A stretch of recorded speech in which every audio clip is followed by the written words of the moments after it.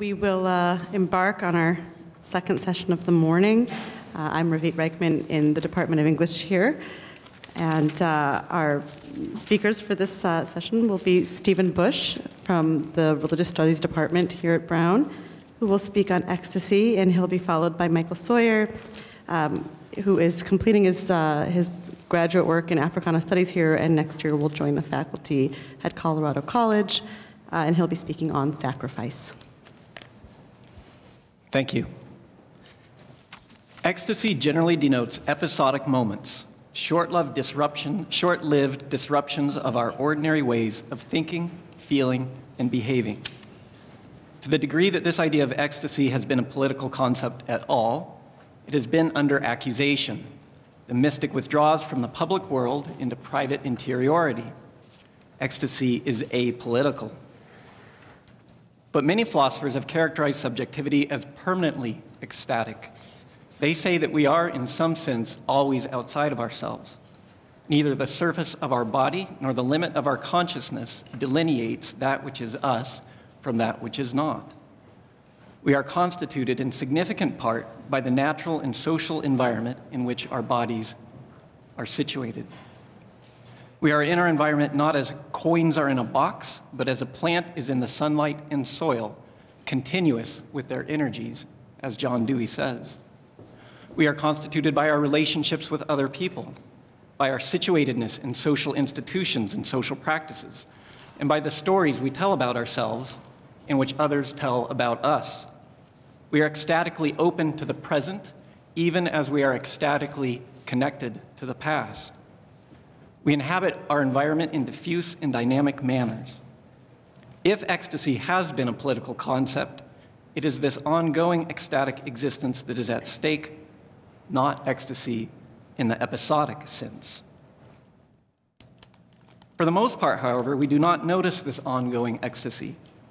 In our daily life, we regard ourselves and each other as distinct entities, discontinuous from each other and from the objects in our environment. The slippage between our continuity and our environment and our sense of discontinuity gives rise to different types of political subjectivity. At one extreme is the ideal of the so-called sovereign subject, which has been much criticized as of late. According to this ideal, the subject is independent and self-contained. He is acquisitive in nature, and he strives to minimize vulnerability. He is hostile to any perceived threat to his integrity. He is masculine, differentiating himself from roles characterized as feminine, caregivers and dependents.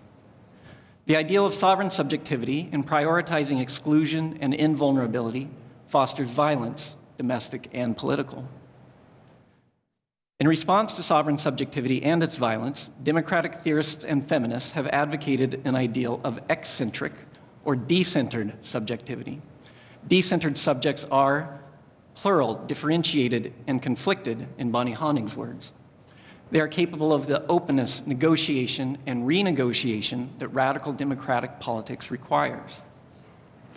This decentering, however, cannot be too extreme.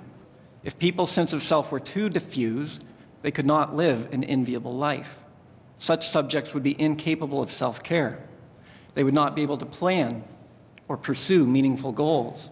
They would be capricious, incoherent to themselves and to others.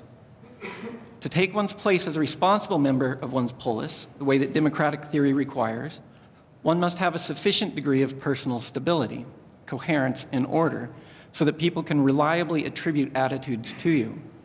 One must be able to undertake long-term projects in the service of long-term goals. One must have the skills and habits to participate in social and political practices, and skills and habits are stable and regular. The difficulty, then, is for subjects to achieve the requisite degree of coherence and stability without becoming rigid and exclusive. So a normative ideal of political subjectivity would have to account for coherence, but also a degree of openness and irregularity.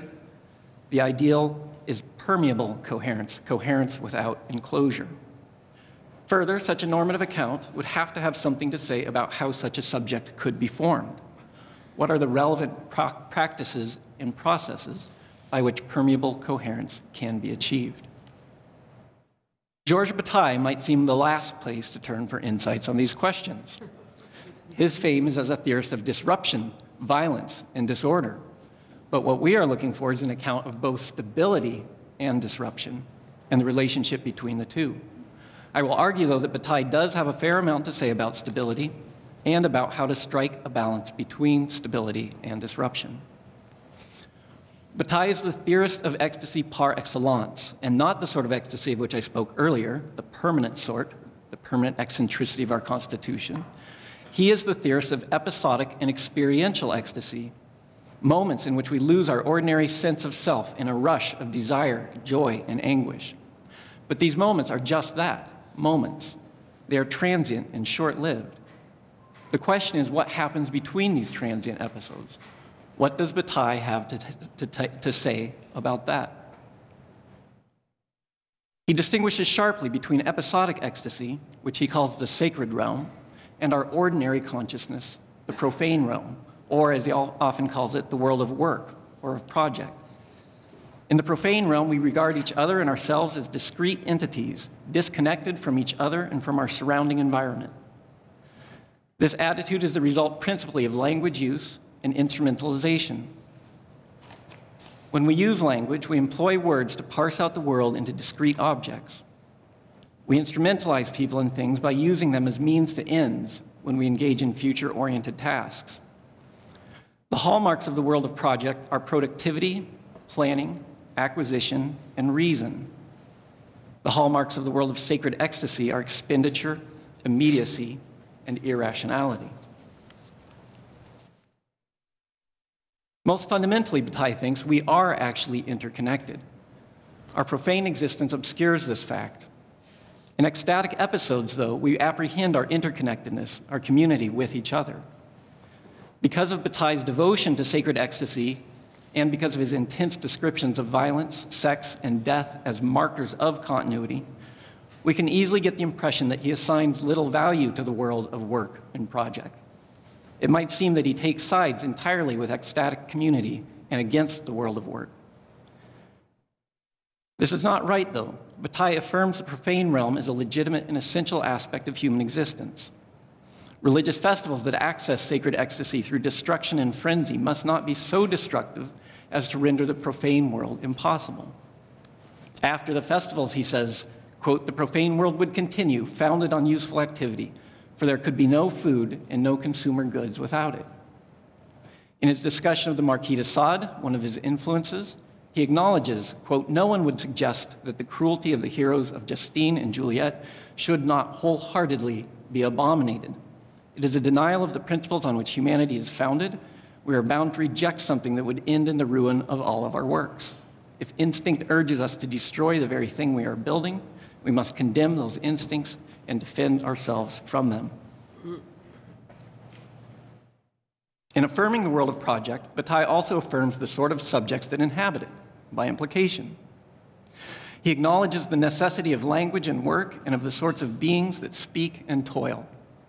In doing so, he endorses a sort of subjectivity that is sufficiently coherent as to be able to occupy roles in social practices.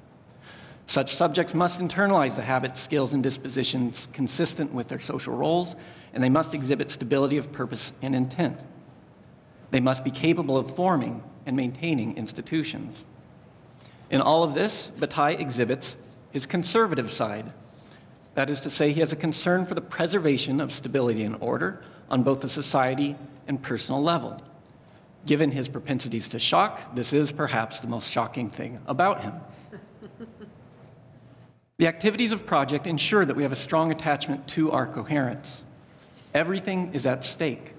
Our hopes, aspirations, and activities depend on a discrete sense of self. Ultimately, our very survival is at stake, since death is the final dissolution of the self. We do not let go of our survival or our identity easily. Bataille then has two insights thus far that are relevant to the development of the sort of political subjectivity that democracy requires. First, Bataille sides with the idea already mentioned that there is value for political subjects to be coherent. The implication of Bataille's views on subjectivity is that people should be coherent subjects. For those who aren't, whether they've been socialized to live sacrificially for the sake of others, consistently putting others' needs before their own, or because of anomie of some sort, There is reason to secure the conditions, economic, cultural, for people to become coherent. But a tendency to enclosure inevitably comes with coherence. Coherence inevitably gives rise to exclusion and domination. It obscures our commonality and community with one another. We are powerfully attached to our sense of self as bounded and coherent. We value our situatedness in language and in institutions. We value our projects and our work. We value those with whom we co-labor and co-produce. The fact that we value all these creates a strong aversion to the loss of personal stability. Thus, there is an inherent and widespread tendency towards enclosed subjectivity. Bataille pinpoints, then, a significant problem with the democratic ideal of permeable coherence. To achieve coherence without enclosure will be no easy task. Not only does he pinpoint this problem, he responds to it in an interesting and original way. His proposal is that moments of ecstasy can play a vital role in securing the possibility of a subjectivity that is coherent but permeable. Ecstasy is antithetical to coherence. It undoes coherence almost entirely, for a moment at least. It gives the subject a radical apprehension of another sort of consciousness from the workaday consciousness. The desire for ecstasy reveals that however attached we are to our coherence, it is not fully satisfying. So ecstasy and the pursuit of it call into question and challenge our commitment to coherence. They destabilize and unsettle coherence.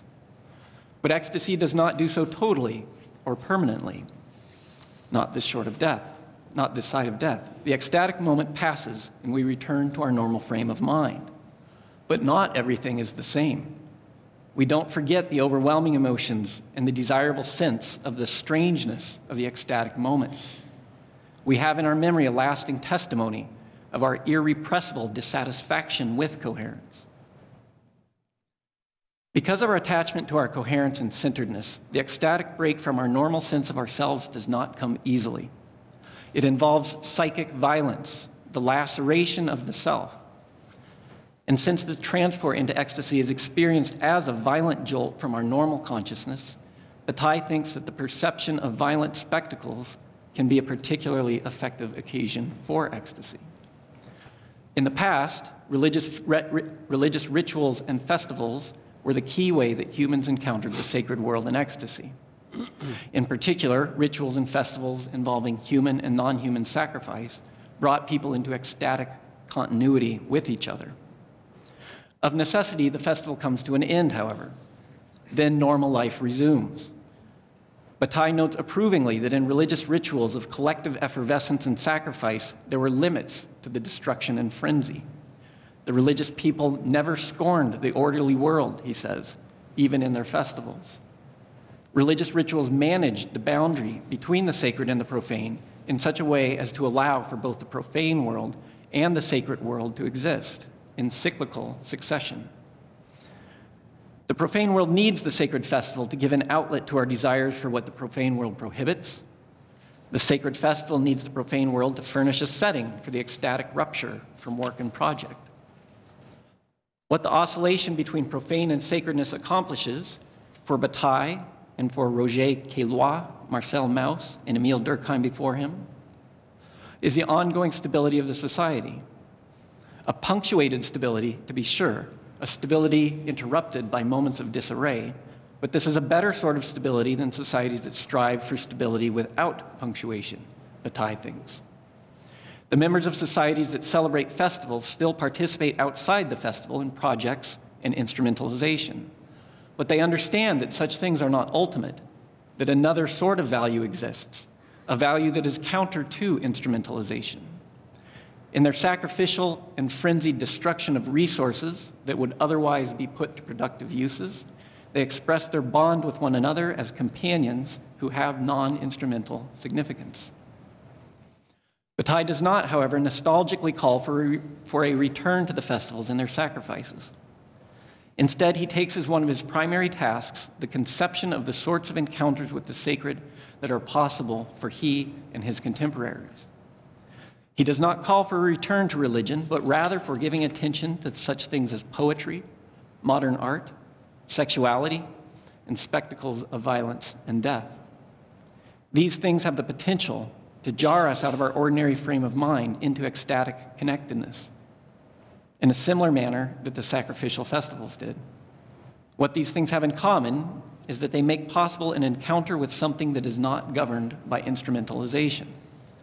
A proper apprehension of a poem, for example, does not regard it as a tool, as a means to some other end. Further, our encounters with poetry, art, sexuality, and death challenge our investment in a world that is reasonable and articulable. Spectacles of death and violence are of particular importance to Bataille, whether these spectacles involve first-hand witness, representation in photography, art, or literature, or imagination. Of course, it is possible to witness such spectacles without the rupture of one's subjectivity. In warfare, killing is very much an aspect of the realm of project. Combat killing is a means to the end of acquiring territory, or defending territory, or gaining political advantage. Combat killing is conducted in accordance with strategies and tactics that are goal-driven. Furthermore, one can regard spectacles of violence in accordance with one's pre-existing desires, aversions, and classificatory concepts, as happens when one is desensitized to violence, or when one exults in the death of a hated foreigner. But Bataille thinks that in other instances, the apprehension of violence and death catches us off guard and puts us outside our normal range of emotion and thought. We regard the victim with a mixture of horror and fascination. We see the victim's suffering and death as resolutely pointless, not as something that has meaning in a larger scheme or narrative. In these cases, we catch a glimpse of that which is absolutely opposed to the realm of project. For the victim, death brings to ruin plans, goals, and everything of value. The spectator, in the moment of ecstatic horror and fascination, can experience a commonality with the victim, and indeed with all humanity. The basis of this community is our common end in death. If we apprehend the victim properly, the encounter with death is inarticulable. The incomprehensibility of the destruction of everything we hold dear is something before which we can only be silent. The experience of this negativity is temporary. It passes and comes to an end. We return to our normal state of mind. But the experience is not without its lasting effects. The glimpse of a community with all humanity based in death can condition the subject's normal consciousness. Now, to be sure, community is a dangerous political concept. But a polis requires cooperation among its members, and so requires people who have some sense of concern for the well-being of the polis, a concern for a broader group than themselves and their family and their immediate circle of friends.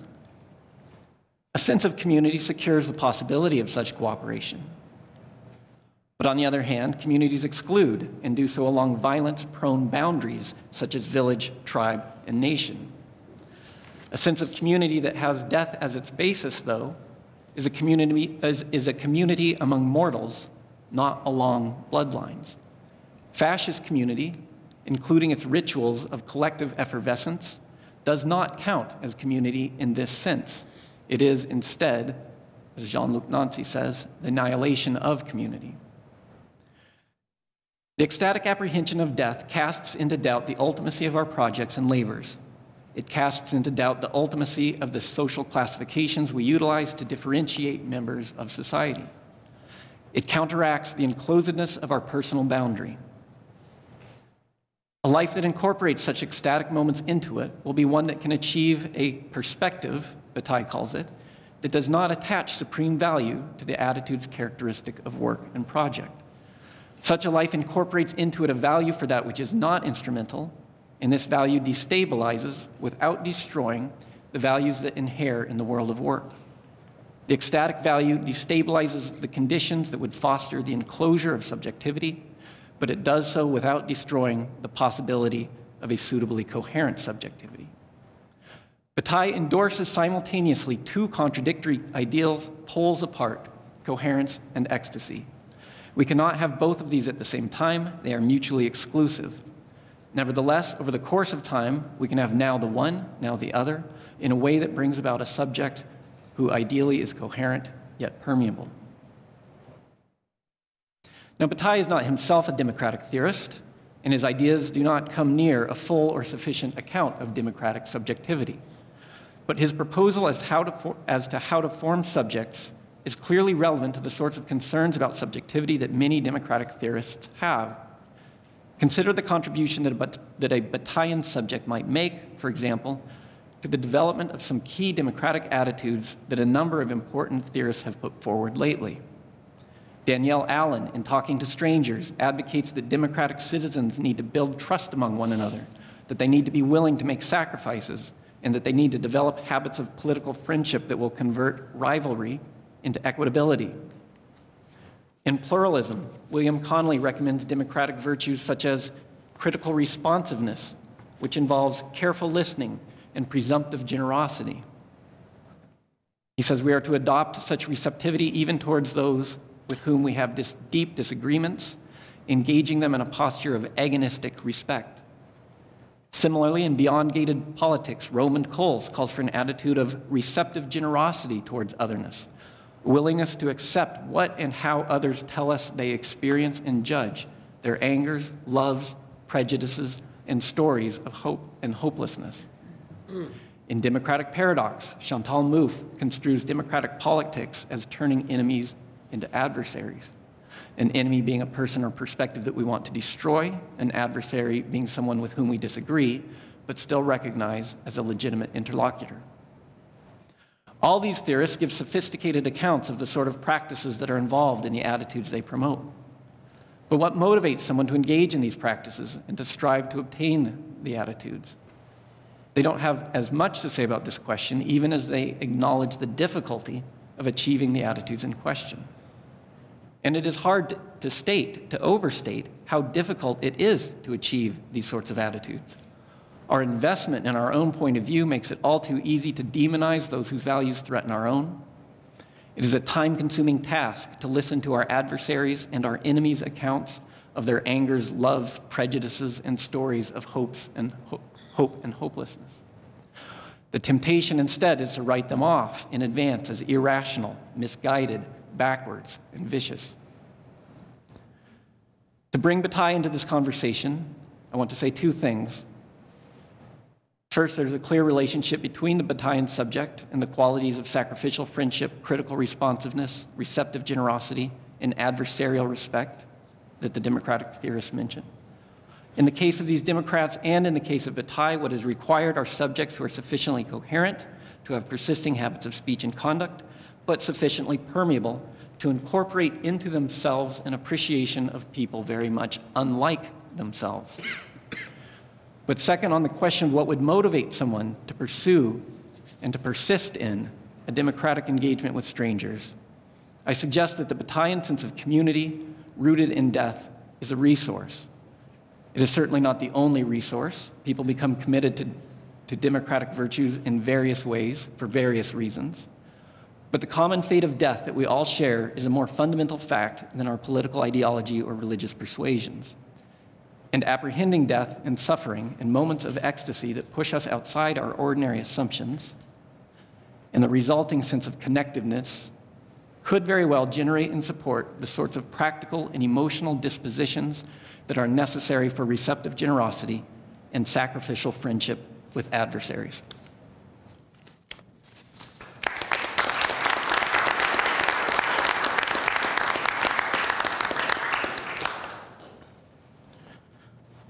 Sacrifice. The late Chinua Achebe, in his magisterial work of fiction, Things Fall Apart, employs the opening of Yeats' Second Coming as epigraph and as inspiration for the title of his most well-known work of fiction. Yeats writes, "Turning and turning in the widening gyre, the falcon cannot hear the falconer. Things fall apart, the center cannot hold." To begin this examination, I intend to hold on to the practice of falconry as exemplar of the Western mind's imagination of sovereignty and its relationship to the integrity of the state. In order to unearth the mysteries of falconry, as good a place as any to begin is with the 15th century's Book of St. Albans, which documents a hierarchical relationship of political figures and the species of bird of prey commensurate with their station. The list runs as follows. For the emperor, the eagle, vulture, and merlin; the king, the gerfalcon and tercel of the gerfalcon; the prince, the falcon gentle and the tercel gentle, the duke, the falcon and the lock, the earl, the falcon peregrine, the baron, the bustard. This continues apace, the list terminating with the lowly knave of servant who is ordered through this paradigm to rely upon the services of the kestrel at the bottom rung of the social order. What is implicit in this list and in the marshaling of falconry as an analogy of good governance for both Yeats and Achebe is the notion that the falcon serves the falconer. That the prince, in being a prince, is able to possess the services of the falcon, and when the technologies of control of the sovereign over nature fail, things, such as they are, fall apart, and the center, such that there is one, no longer holds. I wish to question this notion and do it through thinking more expansively about the term sacrifice. Adding to the poetics here by listening to the falcon whisper, she flies away. It is I who will no longer sacrifice. Farewell, says the falcon to the falconer. When this circumstance occurs, governance as we understand it fails and the contract is broken. Prior to turning more directly to the term sacrifice, I ask that we unpack the dynamic of the falcon and falconer and guard against the natural inclination to understand it as analogous to the domestication of the dog or the horse, where it is understood that the human is lord and the animal bonded to that figure in relationship. This is not the case in the ancient practice of falconry, and to understand it as the exemplar of a system of governance and to mark sacrifice in the theory and praxis of politics, we must ensure that we give an accurate account of the art. The dog and the horse come to rely upon their human master, and our love of these animals is fueled not just by their utility, but also by our own affection for their seemingly endless capacity to please us. We have all witnessed the patient canine sitting in front of his bowl while his tail belies almost uncontrollable exuberance he has in the maintenance of the tether to its master for food. The dog, we are told, will never bite the hand that feeds it. This rule does not apply to the falcon. It possesses no such need to wait on the earthbound human for its food and does not require the explosions and fury of man to break the hold of gravity. In this, we must ensure that we understand the bond between falcon and falconer as in substantial ways an inversion of that between human and dog, or at least a flattening of the hierarchy. The falconer must rely upon the falcon to eat. Following this reality to the Yeats and the Achebe, we are then required to think of the state as the falcon and the human falconer, emperor or knave, as a subject that relies upon the sacrifice of the wild animal for the center to hold. Obviously, at the outset of the relationship, the falconer captures the falcon and calms it to the presence of the human, and in spite of the tethers, leashes, bells, and hoods, ultimately the hawk must be set free and the falconer is left to hope and wait, relying upon the quality of the relationship the human has formed with the wild animal to ensure that she will return when called. The return to the fist of the falconer is exemplar of the political valence of this act that I am hoping to propose as a way to reimagine the notion of sacrifice and the political. The conceit of the theory and practice of Western governance of whatever form places the people at the beck and call of the state in the way that a possible reading of Yeats' poetics leans upon the transcendental authority of the sovereign to enthrall even the eagle. The falconer in this thinking represents the sovereign and the falcon the subject. Witness President Kennedy's inaugural address of January 20th, 1961, which reestablished the imperative of sacrifice as the principal ethical responsibility of the citizen. Quote, "And so, my fellow Americans, ask not what your country can do for you, ask what you can do for your country," close quote. This is generally read as a call on the part of Kennedy to fortify the battlements of the state against the necessary and sufficient condition of the external enemy. This call renders speaker and listener complicit in the acceptance and practice resolute denial of the insidious presence of an internalized friend and enemy distinction, illuminated by the addressee of the newly inaugurated president's order, quote, "My fellow Americans," close quote, leaving implicit that there are those within the sound of his voice, and more importantly, putatively within the boundaries of this nation, conceived of the said in liberty, and dedicated to the proposition that all men are created equal, that are Americans yet not his fellows. Here I wish to repurpose the notion of sacrifice as interpretive to the operation of governance, but turn back to the structure illuminated by Yeats, and away from a misreading of Kennedy, which forms the prevailing logic that the state relies upon the endless sacrifice of the citizen to secure its existence, and instead propose that it is the state that must be prepared to give of itself, in the same way that the falcon sacrifices her freedom. If origins concern us, and I think they do, in parsing this notion of sacrifice and the political, there are three originary thoughts that I wish to place in the conversation in order to facilitate deformation of prevailing readings of Kennedy's exhortation and ask what the nation must be willing to sacrifice of itself for its subjects. Inverting the fundamental imperative of the normative understanding of sacrifice that requires that it be from the lesser of the parties to the greater, distinguishing it from a bribe or mere commerce. Or perhaps more carefully, and in order to avoid recreating the error in reading the Kennedy-esque model of sacrifice, To understand that each party, state, and subject must give of itself with no expectation of cause and effect like reward, but the friend and enemy distinction must be exposed for what it is, an excuse for the howling savagery that is delivered at the back door of civilization, an ever-growing death toll. 1.4 million dead in the 7 Years' War, another 4 million in the French War of Religion, 11.5 million in the 30 Years' War. Napoleon's wars account for 6 million. Somewhere between 7 and 20 million accompanied the conquest of Tamerlane in the 14th century. 40 million in World War I, 85.5 million in World War II, 4,000 or more in this country's practice of lynching of black bodies, and in the contemporary moment, in spite of the refusal of police departments to report their violence, we guess that 1,029 have died at the hands of the state and their officers in 2014 alone. Carl Schmitt, in his text, The Concept of the Political, proposes the following, which, with respect to the imperative of enemies to fight and sacrifice to give in its relation to the viability of the state. Quoting Schmitt, "A world in which the possibility of war is utterly eliminated, a completely pacified globe would be a world without politics. It is conceivable that such a world might contain many very interesting antitheses and contrasts, competition and intrigues of every kind, but there would be no meaningful antithesis whereby men could be required to sacrifice life, authorized to shed blood and kill other human beings," close quote. My desire here is severalfold. First, to mark Schmitt's assertion, however shocking but frankly descriptive of an ethos, it really should surprise no one, and allowing axiomatically that the notion of a particular state as a distinct entity requires that the distinction of inside and outside be maintained. Altering that terrain is another project, and I ask indulgence in that we leave the modern nation state as we have found it, along with the requisite distinctions that fuel the need for conflict glossed by Schmitt.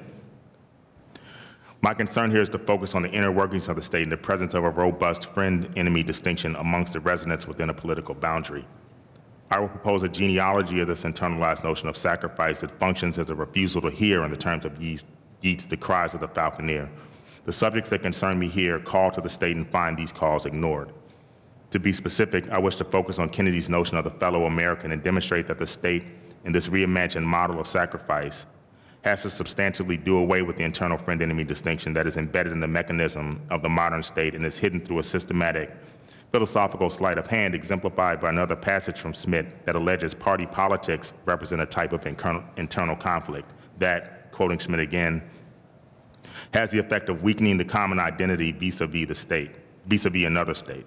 If domestic conflicts among political parties have become the sole political difference, the most extreme degree of internal political tension is thereby reached, i.e. the domestic, not the foreign, friend and enemy groupings are decisive for armed conflict. The ever-present possibility of conflict must always be kept in mind if one wants to speak of politics in the context of the primacy of internal politics. Then this conflict no longer reflects war between organized nations, but the Civil War, close quote. This should give us pause over and above the discomfort of self-reflection and self-recognition that being frank about the veracity of Schmitt's claims about the venal nature of the state seems to capture. The substance of my argument is that Schmitt has obliquely illuminated the central problematic facing this nation state, race, and in so doing illustrates the inevitability of civil war as its telos. One need only focus on the first of the claims in the quotation from Schmitt employed above that marks, quote, the effect of weakening common identity, close quote. What I mean to trace is the refusal to accept the sacrifice of certain subjects as a necessary and sufficient condition for creating a technology of exclusion that is unresolvable so long as the internal friend-enemy logic reaches its apotheosis in this fashion.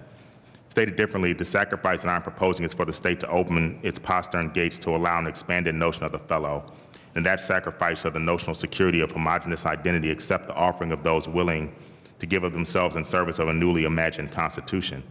As I have stated, three important thinking moments bracket this theorization. The first of these moments is made apparent by what Halbertal considers in his text, usefully titled On Sacrifice, to be the originary presence of the phenomenon of the Judeo-Christian tradition, the rejection by God of the offering of Cain. He writes by way of definition and warning that, quote, sacrifice is thus a gift given within a hierarchical context in which the ordinary obligation to receive and return is not valid.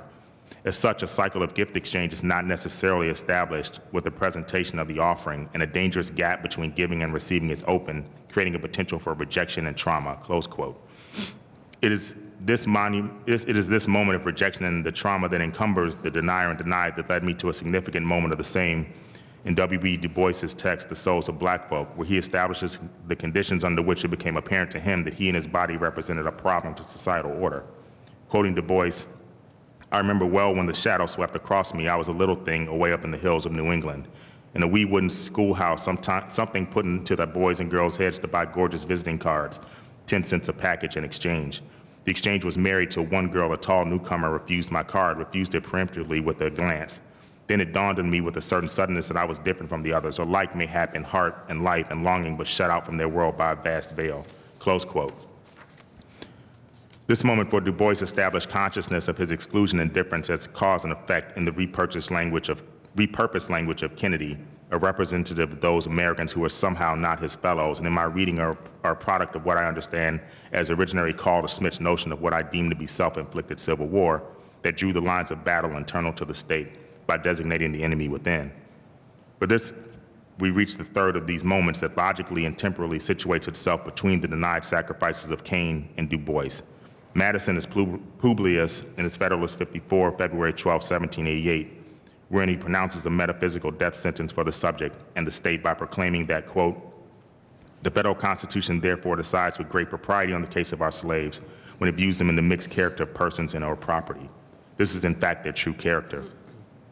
Let the case of the slave be considered as it is in truth a peculiar one. Let the compromising expedient of the Constitution be mutually adopted, which regards them as inhabitants, but is debased by servitude below the level of free inhabitants, which regards the slave as divested of 2/5 of the man, close quote. These moments in and around the term sacrifice in their own way establish what we know as the modern nation state, for which Kennedy, at the moment of his assumption of the mantle of leadership of the greatest among equal of these political formations, reifies the notion that there is nothing that the state possesses that its people can demand. In this assertion, there is only a need for the state to require more and part with less. For its part in requiring us to think about the political as a concept, Carl Schmitt renders imperative the logic of this divisive series of moments as a necessary and sufficient condition for the maintenance of the friend-enemy distinction that fuels his formulation. To be clear, what I'm arguing is that the moments I have presented, Cain's rejected sacrifice, which marks a divine right to reject that which it not only already possesses but has created, Madison's propitious extraction of the fullness of humanity from the racialized other, and experience of the rejected offering by the young Du Bois allow for a superstructure of societal order that is buffeted and defined from without by the existence of an other, but buttresses the walls that defend it from external forces by wedging the bodies of an internal, preordained and established enemy against the various pressures that assail its ramparts. The oath taken by all who have offered themselves to service of this state and the armed forces marks the existence of these two dynamic forces that must be resolved and rendered static. The oath taker vows, quote, to support and defend the Constitution and laws of the United States of America against all enemies, foreign and domestic, close quote. Arendt, her treatment of modern revolution in the context of its instantiation in the thinking of the Committee of Public Safety that formed and practiced the terror, notes the following of their radical reading of Rousseau's account. Rousseau proposes, quote, only in the presence of the enemy can such a thing as a nation, one and indivisible, come to pass. St. Just was of the opinion that politics, as he understood it, as the vehicle for this national unity, was unique province of international relations. All other human relations as such constitute the social. Arendt reads this in the following fashion. Rousseau himself, however, went one step further. He wished to discover a unifying principle within the nation itself that would be valid for domestic politics as well. Thus, his problem was where to detect a common enemy outside the range of foreign affairs, and the solution was that such an enemy existed within the breast of each citizen, namely his particular will and interest. The point of the matter was that this hidden particular enemy could rise to the rank of common enemy, unifying the nation from within. If one only added up all the particular wills and interests, the common enemy within the nation is the sum total of the particular interest of all citizens. Close quote. A complication should be marked here whose analysis would consume all the time available, but is rich for its implication. To understand that Rousseau and Madison must be read together is to locate the metaphysical existence of the Negro within the particular and collectivized desires of the citizens that are deposited in the epidermis of this radical other. There is a way to view this as a resolution to the insidious presence of an individual desire by alienating it from the body that is to be included in the collective and encumbering the body to be excluded with its devastating implications. This account may be indeed satisfying in one sense and may assist in explicating the particular brand of violence done to the subjects targeted by Madison in Federalist 54, and that its assertion in important ways requires that we understand the impossibility of certain subjects to be participant in the duties and rights binary, in that one must be both man and citizen to access this logic. This is sufficient in one register, but what of those interests that are not welcome in the calculation of the general will? And further, what of sacrifice in this formulation? In the absence of the possibility of sacrifice or duty to the state, there is no commensurate responsibility for rights broadly understood. Therefore, with the state standing in the place of God, for the black bodies rendered partially human by the cacophonous scratching of Madison's quill, there is no basis for the granting of rights to these subjects because their sacrifice is always already understood to be rejected. To revisit Kennedy's exhortation without alteration, one would have to conclude that there is no possibility of sacrifice for the subject who is included only in exclusion.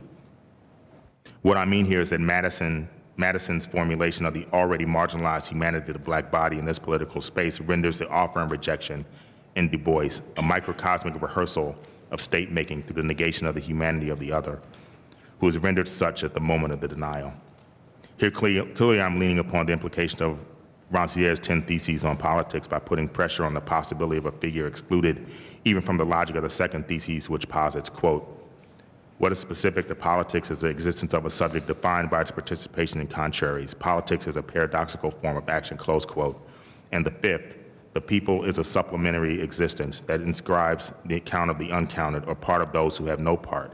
That is, in the last instance, the equality of speaking beings without which inequality is inconceivable, close quote. It is the destruction of the king and the reading of Rancière and the breaking of the logic of his two bodies that signals the democratic moment, and I adopt that thinking here as one side of the binary of this important and co-equal other duality. Quoting Thesis 5, contrary to this interpretation, it can be argued that the people's two bodies are not a modern consequence of the act of sacrificing the sovereign body, but instead a constitutive given of politics itself. This is initially the people and not the king that has a double body. And this duality is nothing but the supplement by which politics itself exists as a supplement to every social account, an exception to every logic of domination, close quote. Du Bois at the moment of the denial of his sacrifice is inscribed in the blueprint of this American democracy as the persona mixta that preserves in its creation the logic of the sovereign in its embodied absence. Those who are not counted among those who are uncounted. Twice excluded from the logic of sovereignty in order to buttress the downside of the sovereign assemblage. Revisiting the three moments that I had proposed exposes the terms and conditions of those not counted, of those who are uncounted.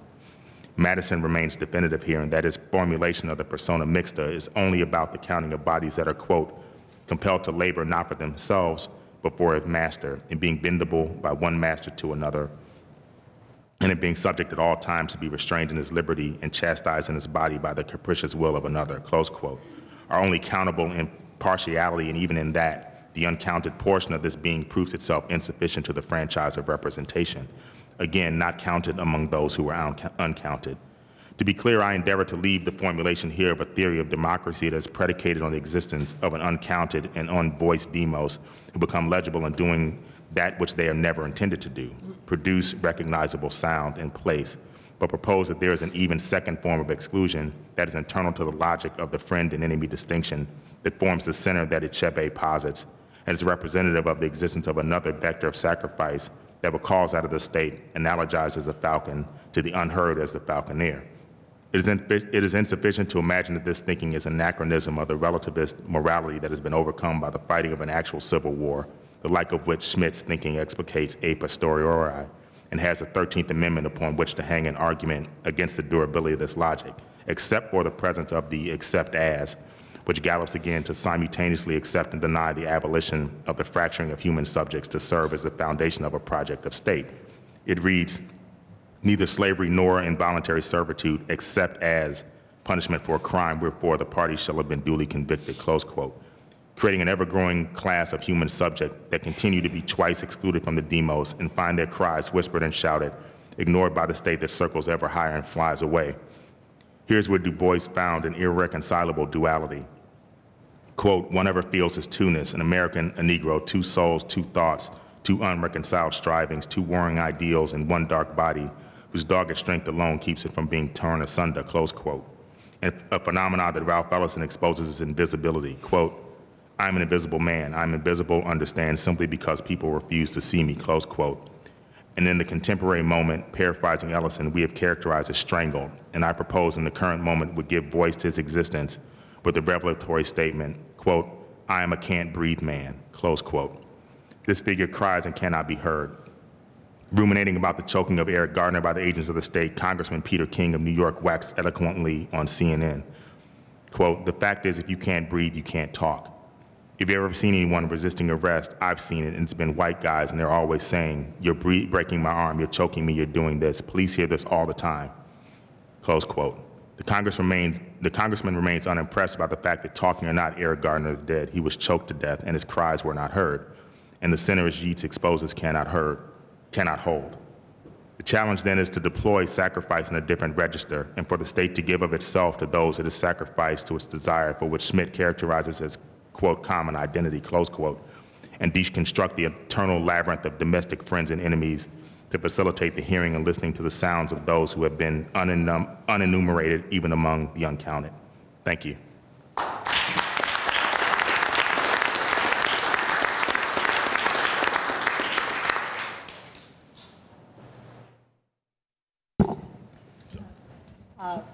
Jacques, you want to start, and other people can. Thank you. This is a question for Stephen. I think this is sort of like an undercurrent also in Michael's talk. So first part is just a comment, but leads to a question. Sort of the idea of a kind of like permeable coherence in Bataille. I was thinking of the essay on Hiroshima, on Hersey's Hiroshima, that he's reviewing, sort of like, as it were, really, in the trauma volume. And that kind of confrontation with the worst as this paradoxical sort of attempt to sort of think about a kind of an obliterated sort of witnessing, but nevertheless like a form of some kind of spectatorship. And I don't have that very much at hand, but I wonder whether or not the way in which he thinks about the worst is along the lines of this kind of conserving ecstasy that you're thinking about. But this is my question. Given that essay is in a volume of a collection on trauma, it seems like trauma is like the other sort of concept here that's close to sort of ecstasy. But of course, you're thinking about ecstasy in sort of generative terms. Or I suppose one could sort of say, well, you're thinking of trauma as itself being potentially generative. Could you just speak to maybe the ways in which then those two are working for you, if at all? Yeah, I mean, so there is I mean, to start with your last remark, there's a paradoxical notion of thinking of ecstasy or ecstasy/trauma or ecstasy in response to trauma as generative, because for Bataille it's supposed to be the end of everything that's generative or productive, that the whole point is this is something that doesn't have further end to it. He acknowledges this paradox at various points in various ways, but I still, to try in the way that I'm trying to connect him to democratic theory, would make this productive perhaps in a way that he wouldn't be happy with, but I'm okay with that. And also you can have experiences that are pursued as an end in themselves, not for the sake of something else instrumentally. And nevertheless, those experiences or objects can have other consequences that matter, and it matters to talk about them. In terms of the spectacles of the worst,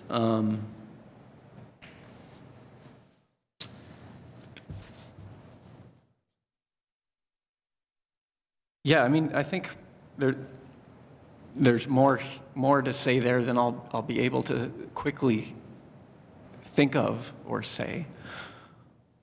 Maybe I'll just say one thing, which is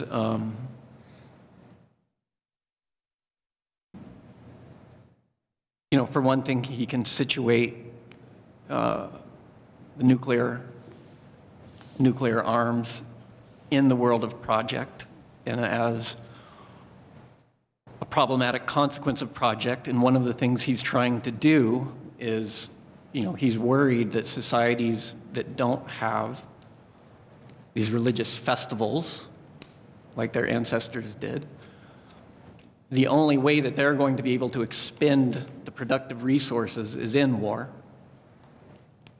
So one thing he's trying to do is find something else to serve as an outlet to keep from war. But in the epilogue to Accursed Share Volume 2, when he talks more explicitly about politics than he often does,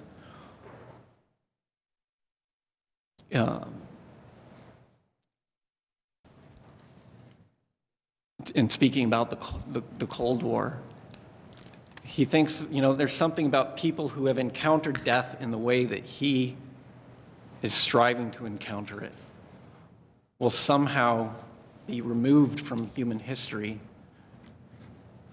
in a way that's both problematic,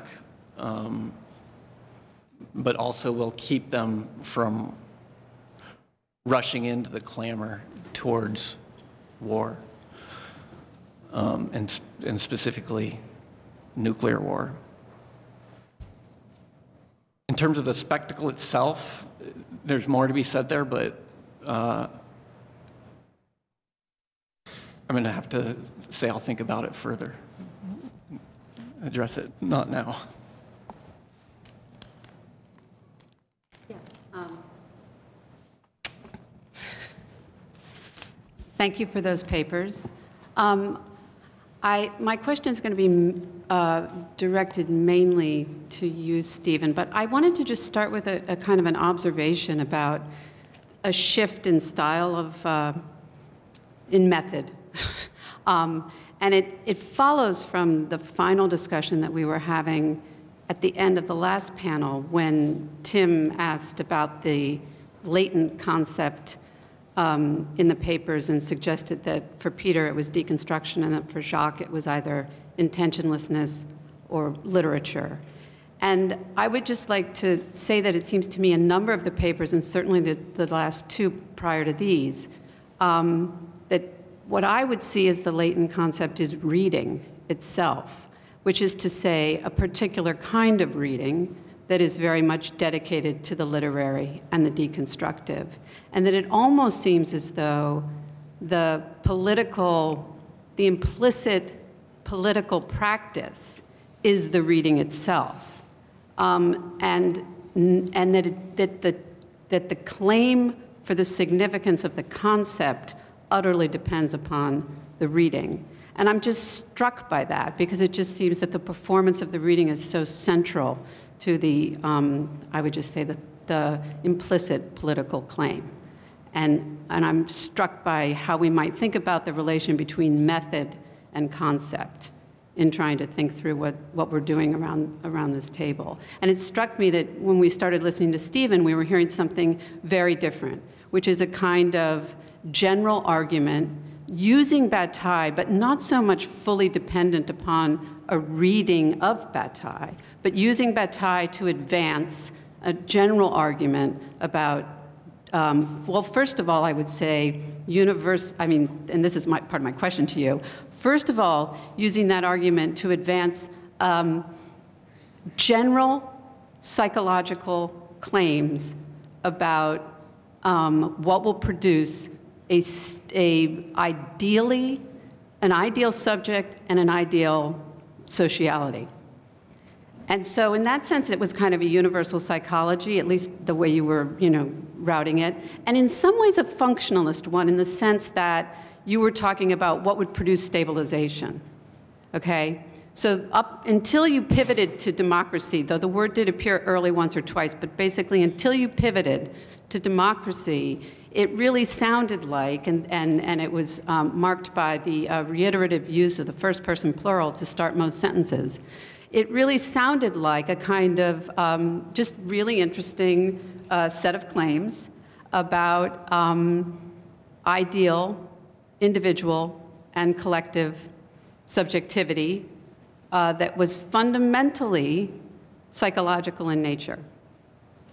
It was moral psychological. Okay. So, but then you argued that this was an ideal democratic subjectivity. And that's kind of my question, because it seemed to me that it sounded as though you were talking about sustaining, a sustained democratic polity, one that already existed and needed to be sustained. That you may not agree with that. And this is where Michael's paper really kind of, I think, poses a really interesting kind of implicit challenge. How do you think about aspirational democratic collectivity? You know, when things really need to change, or exclusion needs to be significantly addressed. And I guess also I'm just wondering about whether and how the psychology that you elaborate here could relate to or underwrite other ideological positions besides, let's just say, the liberal, I'm going to say the liberal democratic, because there are other ideological positions to be held. Say the last thing you said before. How can what? What's the relationship between the ideal individual and collective subjectivity that, you know, is appropriately permeable and punctuated by ecstatic reminders of universal death? How can that, you know, could that be underread a radical politics as opposed to a democratic one? And I don't mean to overassume what you mean by democracy either. I may be importing that stabilizing sense that I got at the beginning of your paper into the latter half. I'm not sure. Sure. Okay. So first, the democratic theorists that I appealed to were not liberal democratic theorists. That's true. Some of them self-designate as radical Democrats. Some of them are designated as such by others if they don't self-designate.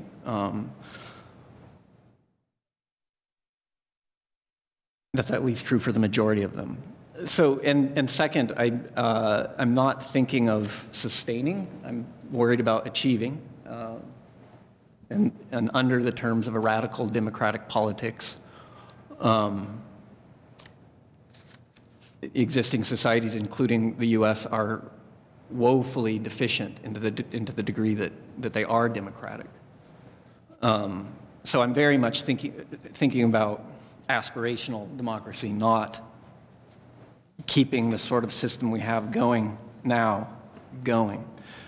But I also think that in achieving democracy, expanding democracy, the sorts of virtues, democratic virtues that this host of figures are talking about, radical receptivity, receptive generosity, turning enemies into adversaries, that these sorts of attitudes and virtues are crucial to expanding and achieving democracy.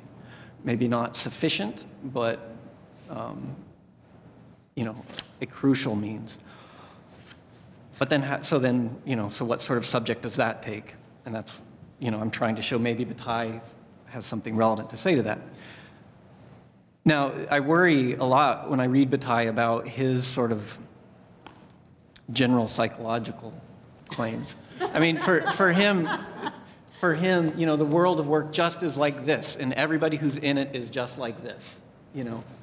And that's not true. And I sort of tried to tweak at him, and when I was saying not everybody in the world of work actually is discontinuous to the same degree that others are, and that I was thinking when I was talking about that to an older essay by a feminist theologian named Barbara Andelson, who was talking about the Christian virtue of humility and how this has been preached. Theologians were saying what we need is humility, and she's saying, well, that's fine for all you men, but there's a lot of women who actually need to achieve sort of the centered self, the coherent self, because they've been socialized to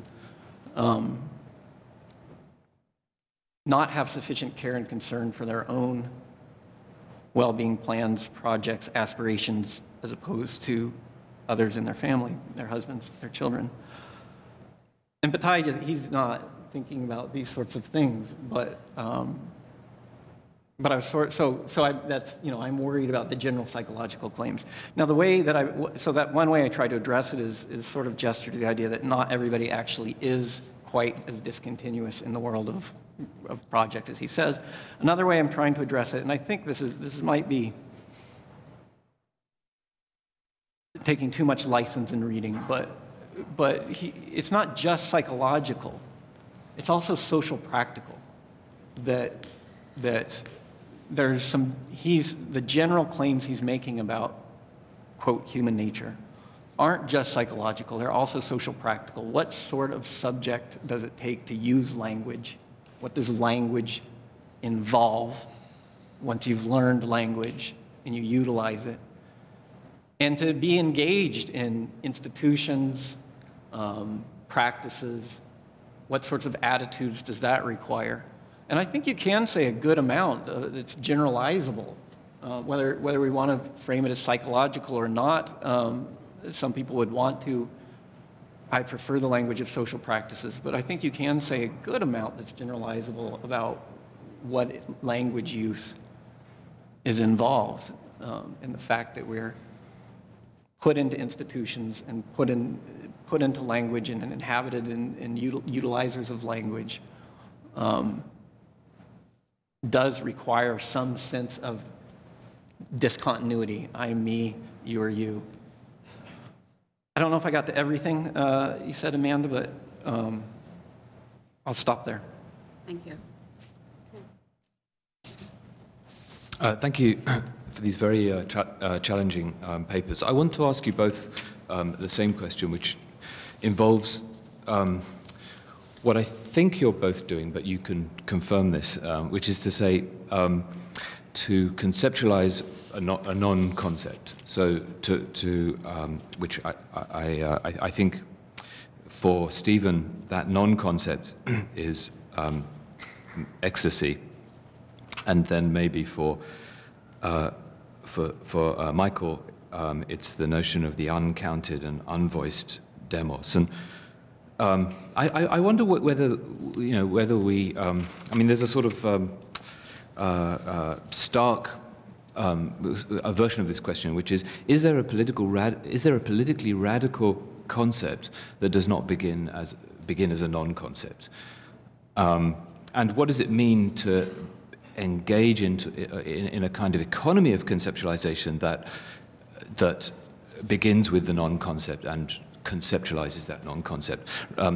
Michael, you quoted from some of Rancière's work. Rancière has a book called The Philosopher and His Poor, and I wonder if there's a version of that title that might read The Philosopher and His Non-Concept.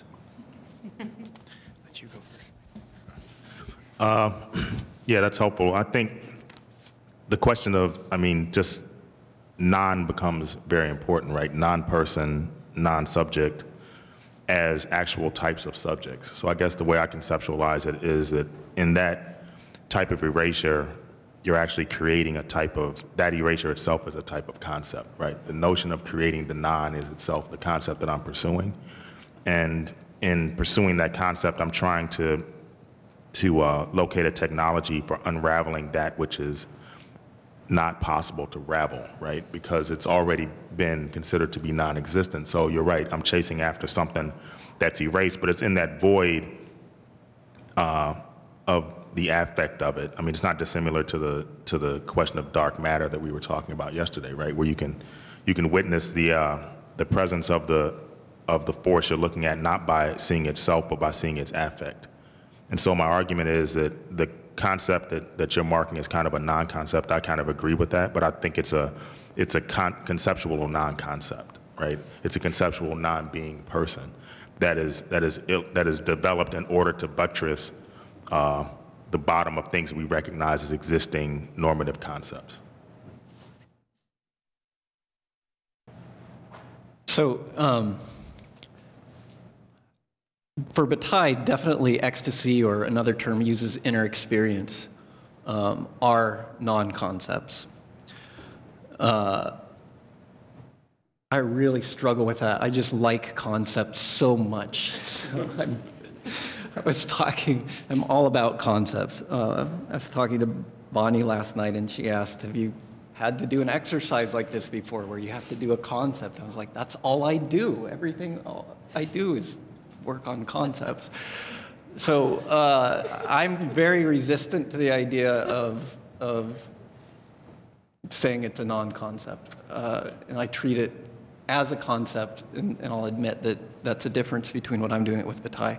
I've sort of begrudgingly come to, in part because of Bataille, admit that there are experiences that are inarticulable. I like concepts so much, I'd like all our experiences to be articulable. And I've sort of begrudgingly come to acknowledge the possibility and occurrence of experiences that have inarticulable aspects or that are in themselves inarticulable. But I still want to use concepts like ecstasy to refer to those experiences, and I'm comfortable calling them concepts even if Bataille wouldn't like that. I'm tempted now to move back to the format of collecting questions and comments, just because it took us about 15 minutes for 3 questions, and there's... no, we have time. We shall... We have but we have a long list of... I'm just saying, let me just recap the list quickly, make sure if you're not on it that you want to be on it. So Lucas, Adi, Suzanne, David, Elizabeth, Bonnie, Peter, and Phil. And Phil. Yeah. Did anyone? I mean, yeah. So I'm kind of thinking we should just go on, collect, and then either spill over the conversation into lunch, or if there's time to pick up a few threads, we can do that. Does that sound reasonable? Adi seems okay. Not convinced. Okay. All right. Yeah. So Lucas. Thanks. So thanks for both of those papers. And I have I guess my question is to both of you, but in slightly different ways. So I was kind of wondering about the question of the non-human in both of these papers. And so in Stephen's case, I was kind of thinking about, well, so a lot of what you were talking about was had to do with a kind of openness to another, or kind of thinking about bringing into being a subject that vacillates between a sort of internal coherence and a kind of radical openness to another. And I'm curious about how far that openness extends, and whether it extends to the non-human, and what role ecstasy plays in that. So it struck me that ecstasy is a kind of a very bodily experience, right? And so in that sense, it might be a very, there's something very basic about it, right? Which might give us resources for thinking about a kind of openness that extends beyond the human. But at the same time, there was all these religious overtones, right? Theological overtones, which strike me as much more restricting in that they, well, maybe this isn't true, but at least my kind of understanding of at least Christian theology, right, really privileges the human in this very kind of foundational way. So I just was wondering if you have any thoughts on that. And in Michael's paper, the reason I started thinking about this was because of Michael's paper, and in particular kind of the opening metaphor of the falcon and falconry. And I'm sort of endlessly fascinated by falconry. And my understanding is that kind of one of the basic principles of falconry is to kind of co-opt might be too strong a word, but to kind of make use of a feature of the behavioral ecology of birds, which is very strong in birds, including in birds of prey, which is imprinting, right? So birds imprint very strongly on their parents. That's how they learn bird song. That's how they learn to recognize conspecifics as potential mates, and so on. And what falconry consists of, there are different practices, but one of the main practices of falconry consists of robbing fledglings from the nest, such that they imprint on the human rather than on other birds, and they actually recognize the human as a conspecific and treat the human in the way that you might treat apparent, right? So it struck me that there's something that there's a kind of politics to the behavioral ecology of imprinting, right? Which is a sort of, but it's not. It's very far from a kind of democratic politics, right? It's a much older politics, a politics of the family, in which in German there's this wonderful word for it, Herrschaft, which is a kind of politics of domination, where that domination is often instituted through violence, right? And that's the kind of relationship that the father has with the son, at least in kind of traditional society. And of course, that's precisely the politics that animates slavery, right? So in the American context in the 19th century. So I was just curious. So that sounds like a very different reading from Chinua Achebe's, or at least your kind of reading of Chinua Achebe. So I'm just curious if you could comment on that. So I'll stop there.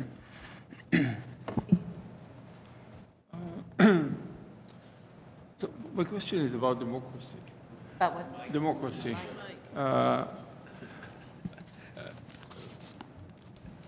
But not really, actually. For Stephen, it seems that you are interested in ecstasy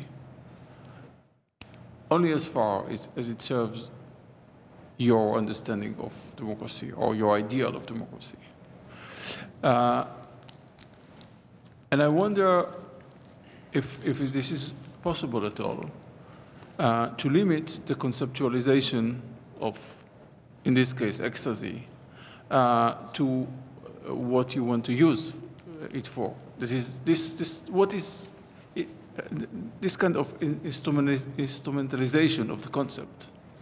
Can you really control the concept in such a way that you take from it only what is useful for you? So this is the first question. And the second is for Michael about what seems to me to be the two basic questions that in your paper, and it is whether a political entity can exist at all without exclusion and without sacrifice.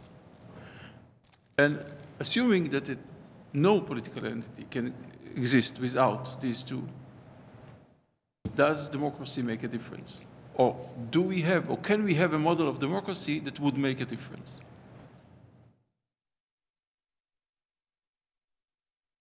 Me? Okay. So I guess I have a question about ecstasy as well, because, and similar to Adi, I felt that it gets invoked, but I'm not sure how it's working as concept, and then the discussion, I mean, some of the questions raised by Tim and Amanda sort of address similar questions for me, insofar as one could argue that, in fact, the work that ecstasy does is to undo the concept, right? So, and so I guess my question is something about the social bond, because I feel like the unconcept sort of floating around in your presentation has to do with how the bond is established, and the invocation of ecstasy is in some sense that which is bonding, but also violent. I mean, here Jacques mentions trauma. You also at some point in your talk said, well, I'm not talking about fascist communities. Well, why not? Because we're talking about a situation here where bonds are being established. So I guess my question to you would be, do you have a kind of universal, general notion of bond or not, right? Are there different kinds of bonds? And if so, what would they be? Or could one think of the bonding as some kind of economy, right? So that there's stronger bonds, weaker bonds, infracturing bonds, stable ones, or whatever they might be. So,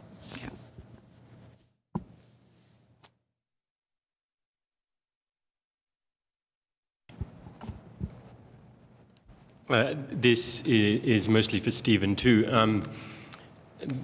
Bataille is hard. I'm not sure if, for me, it would come down to a psychological bataille and a sociological, ethnographical, or political economist bataille. There are elements of that. So that's one thing. I guess as another note, if one was looking at the notion of the concept in relation to Bataille, you would have to look at the Bataille-Hegel relation, which is very explicit, right?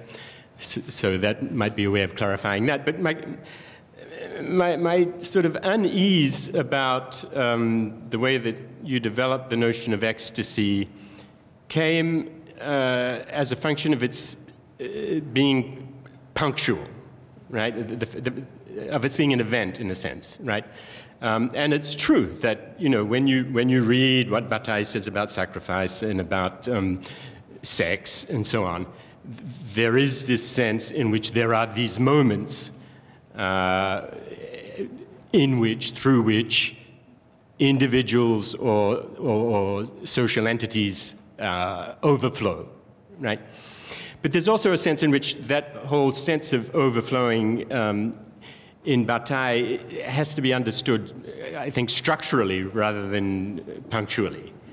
And I think that's probably how things are worked out through the later work on political economy and so on.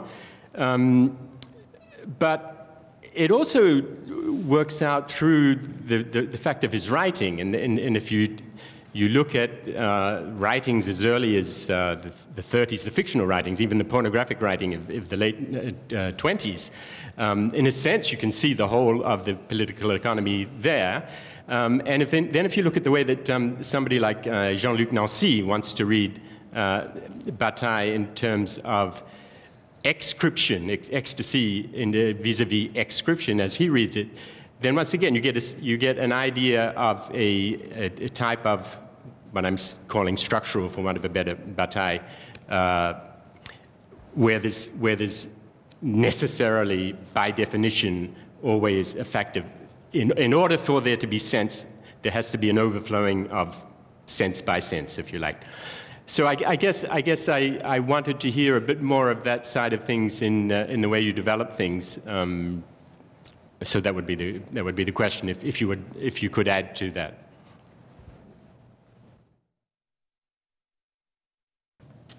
I had a question for Michael about the falcon, but Lucas said it so much better.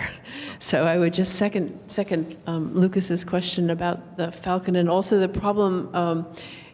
Before Tim, I think, asked for you to speak more slowly, it was that part where you were talking about the falcon was actually hard for me to hear, but I was fascinated by it. And just one little comment for Stephen about community of death. As you were suggesting, as it could be an aspirational idea, as much as capitalism produces death everywhere, it also makes death impossible. So capitalism sort of undoes death. And it seems where I was optimistic at the last time, I'm much more pessimistic about using death in any kind of good way because capitalism has done away with it. Yeah.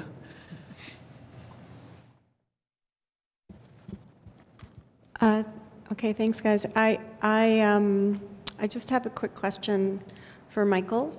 And it was a little difficult to hear you on this side of the room for some reason, so I didn't hear everything you said about this, but you mentioned the Kennedy thing twice, I think. And you were worrying about this demand for sacrifice, rightly so. But I felt like, and I'm not sure because I didn't hear everything you said, but I felt like what Kennedy's asking for in that speech that you cited is service, not sacrifice.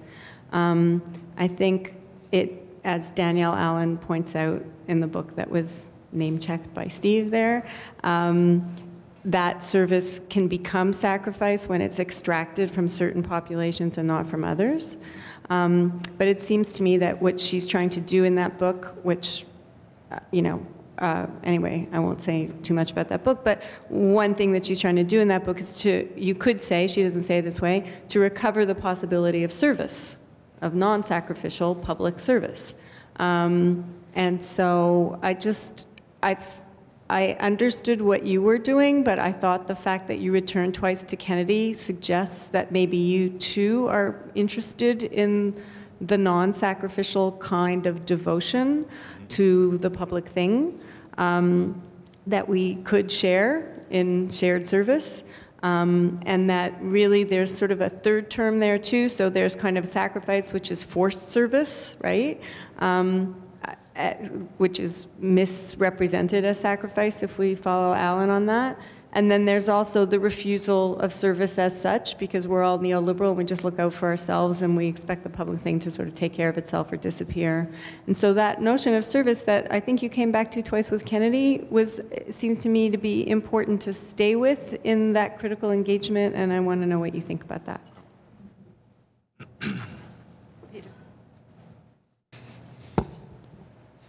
Thank you.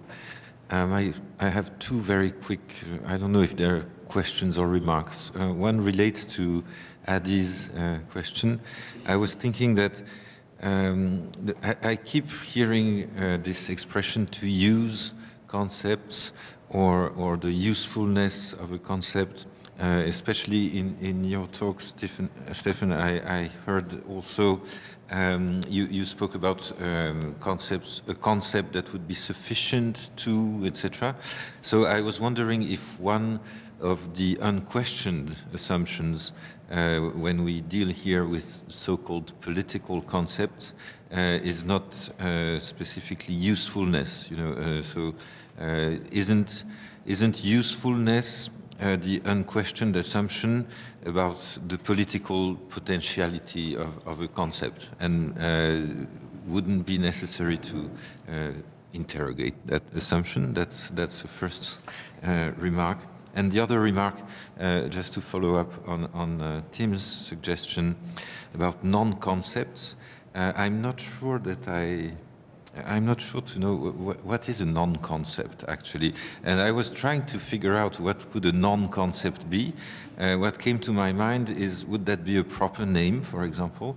Because if it is a common name, then it is already at least in part conceptual. If concept, you know, it comes from the Latin concipio, to take in, to contain, to absorb, etc. So a common name by definition or structure is already at least in part conceptual. So what would a non-concept be? I don't know. I would suggest a proper name, but so are we dealing here with proper names also, etc. Sorry. I'm happy to say that after all these kind of brilliant remarks and questions and so forth, I'm actually going in a different direction, but I don't have a coherent conceptualization, as it were, of what I want to ask or say. So I'll just mention a couple of things that occurred to me. One thing that strikes me that we haven't discussed in both, in thinking about how the two talks come together, is the place of violence. I mean, you know, the word violence has barely come up, I think, in the discussion. I was particularly struck, Stephen, by your mention of war, when you mentioned war.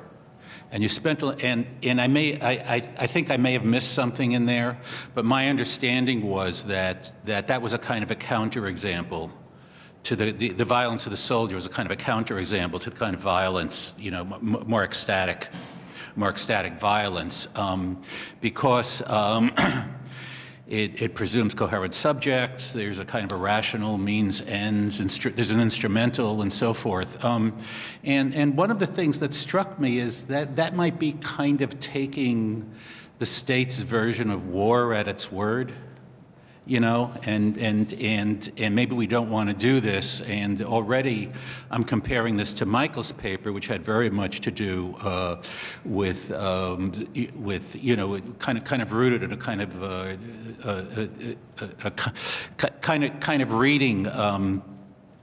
reading the exclusions within claims to democracy in American history, right? That is the state. Okay, the sovereign state. So it struck me in the first instance that you know, and then I thought of the sort of somebody who sometimes, although was a counter to Schmitt, Foucault, in society must be defended. Foucault has a whole kind of discourse about what he calls race war, which is by which he says he doesn't mean yet what race comes to mean in the 19th, in the era of colonialism in the 20th century, and it has to do with the formations of sovereign nation states, as I understand it, in which different, what we now might call ethnic groups or different demographic populations, make claims that they have the just right to declare who the sovereign should be, what the sovereign power should be. And this starts off as race war, and then it gradually it becomes kind of entangled with colonialism and more modern kinds of racism. But that race war is in some way constitutive. Right, it's constitutive. It's a kind of, if I can borrow the term illegitimately from Benjamin, it becomes kind of a constitutive violence from the point of view of the groups fighting it out at those moments of early modernity when the battles are being held. And again, that's European, but it strikes me that, and this, that's something constitutive. This is, of course, fundamental to Benjamin. You cannot subordinate it to a means-ends logic. You cannot. It's not instrumentalized. It's not a rational kind of thing, right? So the possibility of a constitutive violence, it seems to me, to which we give the name war, and which is ongoing, right? The perpetual war is a perpetual presence. Okay, this is. I mean, it seems to me that this is part of what Michael was talking about. And one of the questions becomes if you have a kind of notion of a purely, truly democratic state, is that possible? Schmidt says you can't have a state without the friend-enemy distinction. As Michael, which is one of Michael's starting points. It seems to me. So the question of violence as politically constitutive, which it seems to me is implicitly a challenge posed by Schmidt, which is where Michael comes from. It strikes me this is kind of missing from the conversation. And so I just wanted to say that.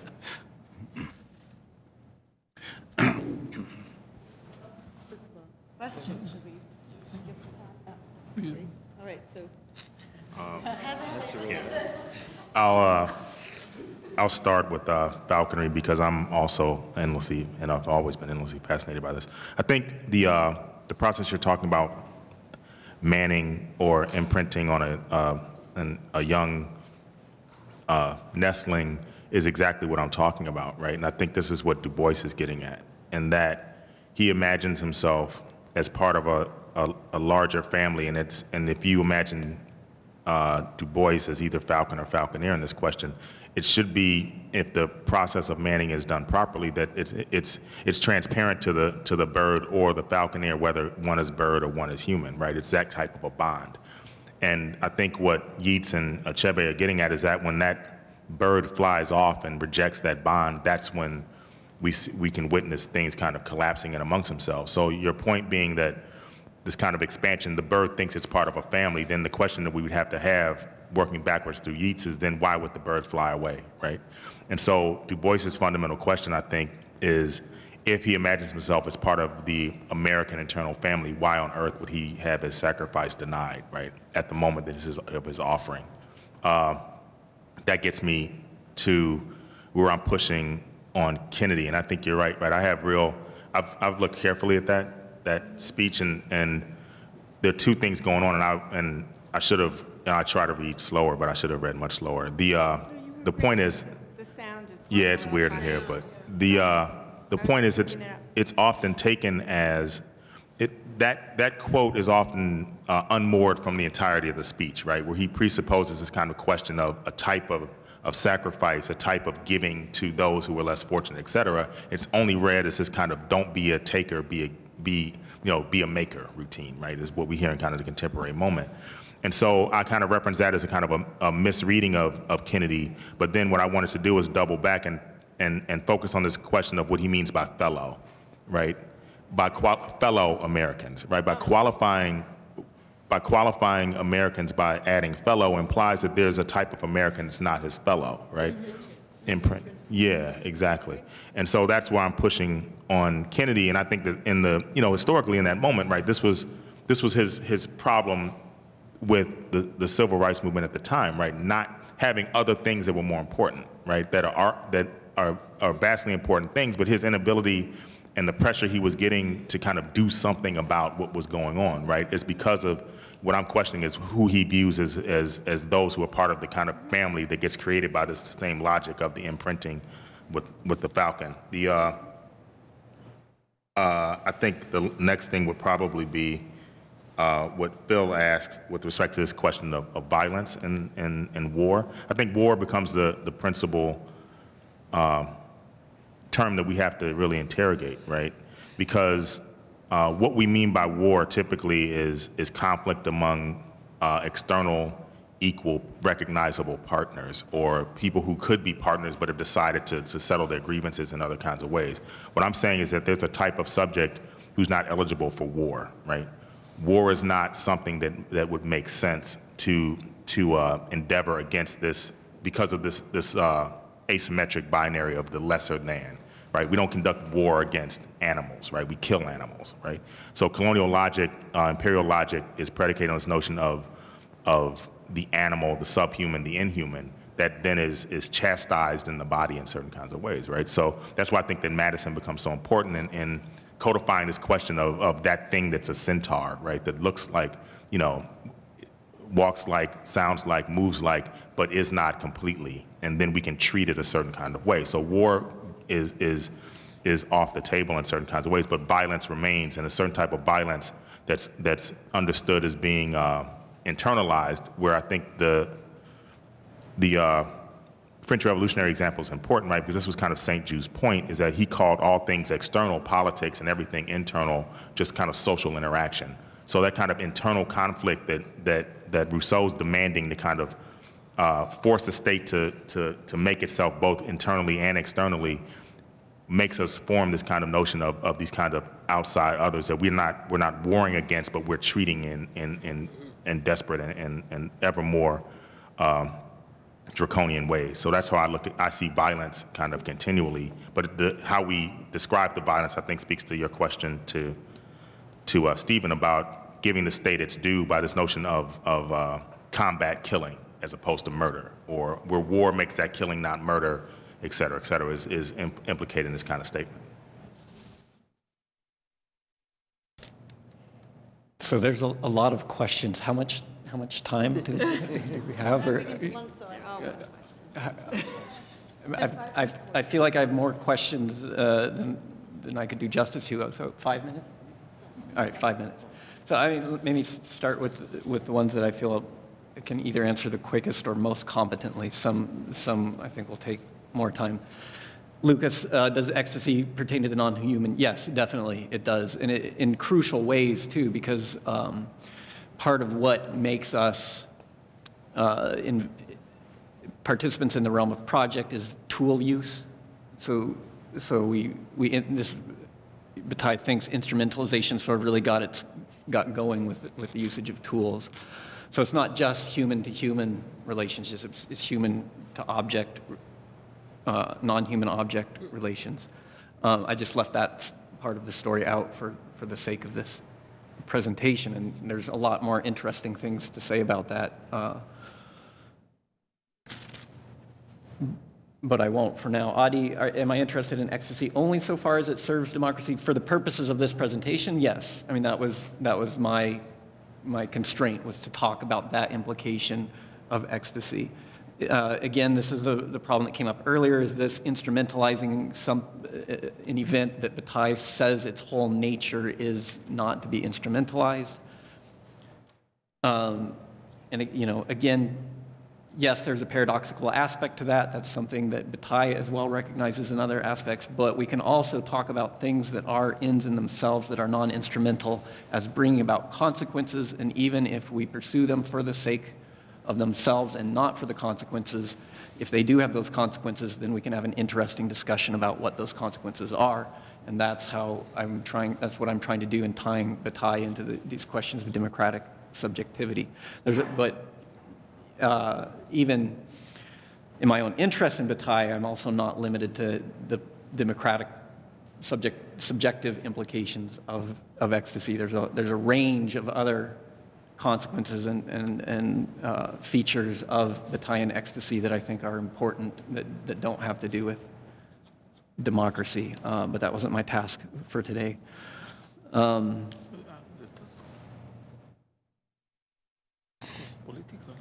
rest of these questions I don't feel like I can answer as quickly. Suzanne, are there different social bonds? Yes, there are. Bataille even thinks within the realm of project there are distinctive sorts of social bonds that exist in tension with the sort of ecstatic social bond and kindness and solidarity that religious festivals disrupt those sorts of social bonds. In terms of your question, is there a universal notion of the bond? I mean, I'm really interested in this, and this ties into David's question, and what about the more structural features of, you called it overflow, but I think you were talking about ecstasy. Excess. Or excess. So I'd actually like to talk about this with you further, because this would really help me to find these passages, because so much of what ecstasy does is destructive, taking resources and destroying them, that I want there to be an excess that bleeds out of the punctuated moments, and I think there is, but I search high and low for clear statements of that to effect in Bataille, and I found a few, but not a lot, and so this would be actually a conversation that would be helpful for me, maybe to speak more with you about in the future, because I think it would strengthen the case that I want to make.